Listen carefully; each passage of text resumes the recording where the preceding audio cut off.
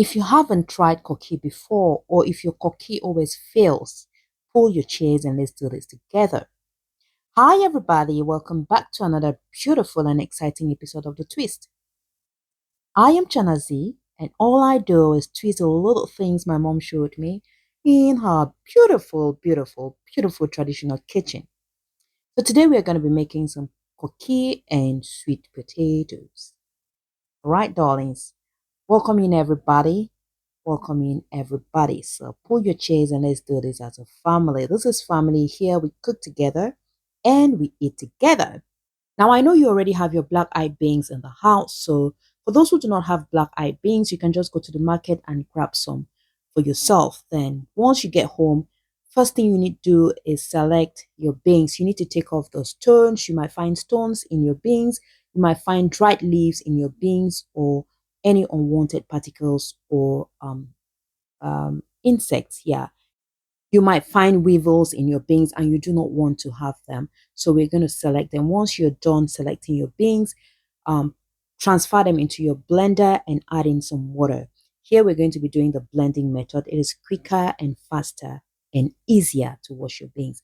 Now we're just going to use the pause button and quickly crush our beans. Like we're going to do like 3 or 4 rounds. Yeah.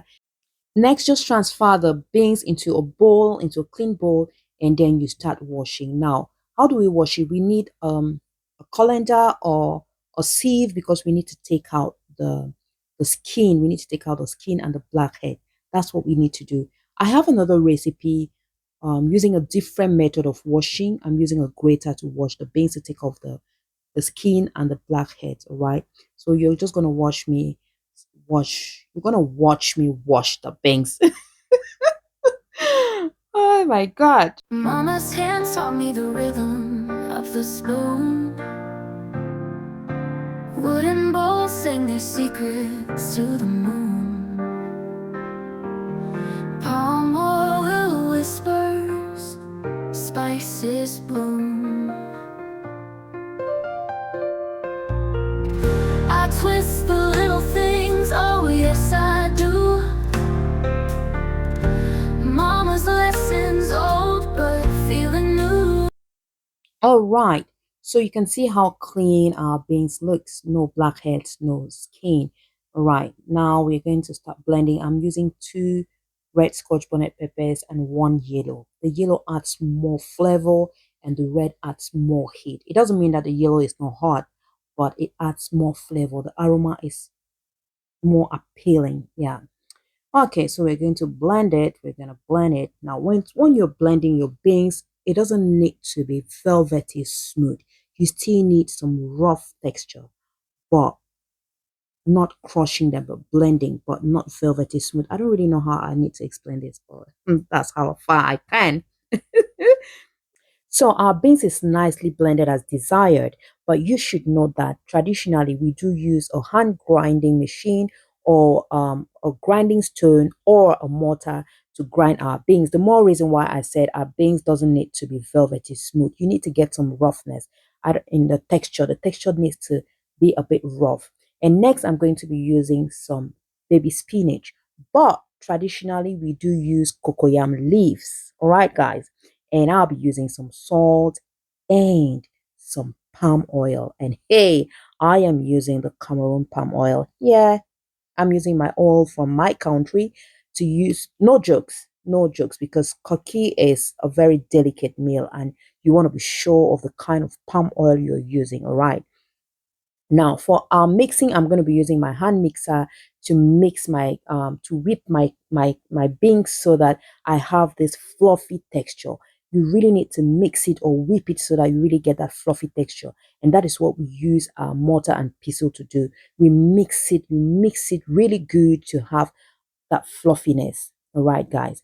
Now you should also note that in Cameroon, some regions do cook their koki without leaves. Mostly the Bamilikes cook their koki without leaves. In some people from the northwest region, it all depends. Some cook with leaves and though others cook without leaves. And those from the southwest region cook their koki with leaves. So it all depends, all right? Now, next we're going to go ahead and heat palm oil. You are not bleaching your palm oil, but you're just heating your palm oil. Once your palm oil is hot and your beans is nice and fluffy, then you're going to transfer your palm oil onto your beans. You need to have this hissing sound. Make sure you have this hissing sound when you're pouring your oil on your beans. Oh my God, look at this. Just look at how beautiful the color is.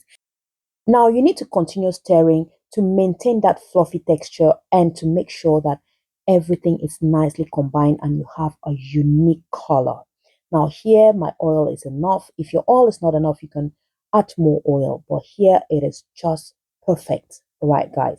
Now I'm going to taste and adjust my salt. And adding salt is very tricky here. It is also very tricky because it is a meal that you won't be adding water. So you have to make sure that your palate feels that salt a little bit. It shouldn't be too much and it shouldn't be too less. It is very, it is very, it is very tricky. So once you're done mixing, go ahead and add in your cocoyam leaves. Now I do not have cocoyam leaves. I am adding my baby spinach. So I gave it that beautiful stir, and to round it up, to crown it up, I added 3 cups of love. Yes, always remember to add love to your cooking, my darlings. Always remember to add love because love is a secret spice in my kitchen. All right, so once you're done with it, is time to wrap our cookie. We're gonna wrap them in bundles now. The sizes of your bundle should be a personal preference. All right. Now I'm going to be using foil paper and parchment paper, but traditionally we use plantain leaves or banana leaves. And when you're using plantain or banana leaves, it is very, very tricky. It is very tricky because plantain leaves are very, very fragile, and the least mistake you're going to rip your leaves. All right. Anyway, let's go back to our wrapping process. So I am using the double wrapping method. I'm wrapping it in my parchment paper to protect it first before I wrap it in the foil paper because it's not very safe cooking directly in your foil paper. All right. But if you have your banana leaves, go ahead and use them. You just need to warm your banana leaves a little bit to make them, tender and more manageable. And then you wrap your cookie. Now, once you're done wrapping your cookie, go ahead and place it in your pot. Now, I had to layer my pot with some cling film because traditionally we do layer our pot with either banana leaves or banana stalk. Yeah, because we are just doing the steaming method. We're going to be steaming the cookie. That's how we're going to be cooking it. That's a healthy cooking method. And again, guys, it is easy to wrap your cookie in your cling film, but it is tastier to have them in banana leaves. Any day, anytime, I'll go for cookie that is wrapped in banana leaves.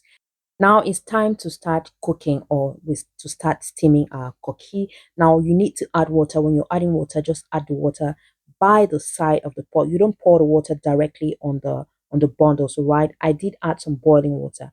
Now you're going to cook it until the water dries up. Here it's really boiling. Once the water dries up, you're going to go ahead and add more water. And when you're adding the water, you're still going to be adding it by the side.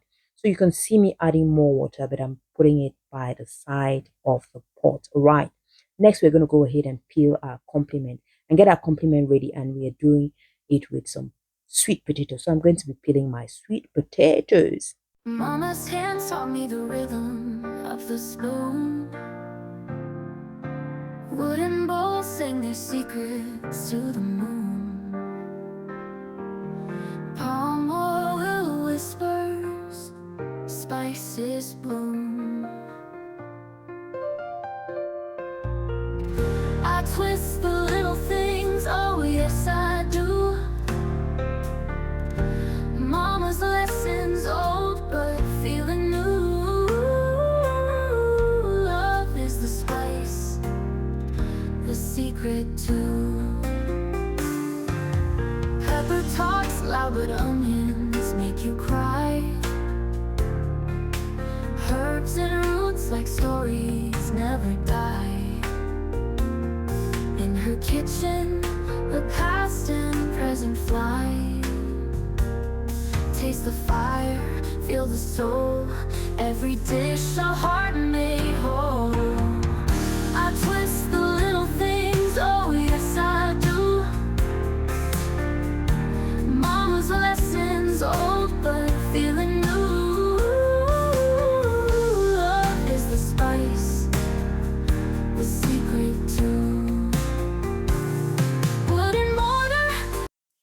And food is ready. Our potatoes are nicely cooked. Our Koki is ready. I actually cooked this Koki for about 1 hour, 15 minutes. But if you're using cocoyam leaves, you might want to cook it a little bit longer. Look at this, guys. Let's unwrap this together. Oh, hey. Woo, woo, woo. Mm. Guys, if you've never tried Koki, please give this a try. Give this a try and let us know what you think in the comment section. Thank you guys for watching. We've come to the end of our video, and now it is time to dig in and do justice to this Koki. We need to do justice. Look at the color. Look at how beautiful it looks. The leaves gives it a, some kind of design. Now you're gonna eat it with your potato. You can pair it with cocoyams or sweet potato, cassava, plantains as well. It goes well with plantains as well. All right, guys. Please do not forget to like, comment, and share the video. And please remember, to do some random act of kindness out there, because love is a beautiful thing. Love is really a beautiful thing.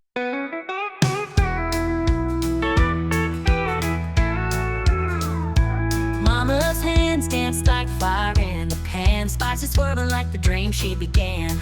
A wooden spoon tapping a beat of its own, a melody simmered, a rhythm unknown.